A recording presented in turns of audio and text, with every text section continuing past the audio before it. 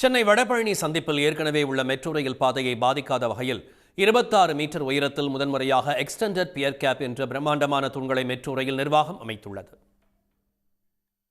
சென்னையில் கலங்கரை விளக்கம் கோடம்பாக்கம் மேம்பாலம் வரை சுரங்கப்பாதையாகவும், பவர் ஹவுஸ் முதல் பூந்தமல்லி வரை மேம்பால பாதையாகவும் மெட்ரோ ரயில் வழித்தடம் அமைக்கப்படுகிறது. பூந்தமல்லி போரூர் இடையே 9 கிலோமீட்டர் மெட்ரோ ரயில் மேம்பால பணிகள் முடிந்து இந்த ஆண்டு இறுதியில் மக்கள் பயன்பாட்டிற்கு வரவுள்ளது. அடுத்த கட்டமாக இந்த தடத்தில் போரூரில் இருந்து கோடம்பாக்கம் பவர் ஹவுஸ் இடையே மெட்ரோ ரயில் மேம்பால பணிகள் முழுவீச்சில் நடக்கின்றன. இதில் 5 கிலோமீட்டர் தொலைவிற்கு இருவழித்தட மெட்ரோ ரயில்களை இயக்கும் வகையில் டபுள் டெக்கர் பாலம் அமைக்கப்பட்டு வருகிறது. இதுபோன்ற சவாலான இடங்களில் சாதாரண தூண்களை தாண்டி அதிக எடையை தாங்கக்கூடிய பிரம்மாண்ட தூண் அமைப்பதை எக்ஸ்டெண்டட் பியர் கேப் என அழைக்கப்படுகிறது. அந்த முறையை பயன்படுத்தி தரையில் இருந்து சுமார் 26 மீட்டர் உயரத்திற்கு எக்ஸ்டெண்டட் பியர் கேப் என்ற 2 பிரம்மாண்ட தூண் அமைக்கப்பட்டுள்ளது.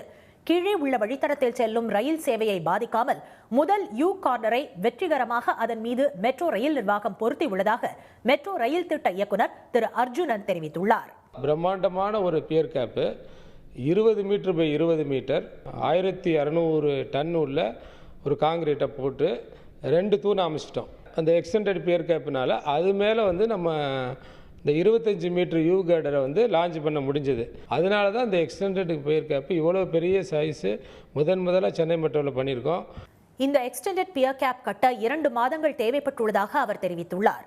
மெட்ரோ உயர்மட்ட வழித்தடத்திற்காக சென்னையில் 15 முதல் 17 மீட்டர் உயர தூண்கள் அமைக்கப்பட்டுள்ள நிலையில் வடபழனியில் 26 மீட்டர் உயரத்திற்கு முதன்முறையாக அமைக்கப்பட்டுள்ளது.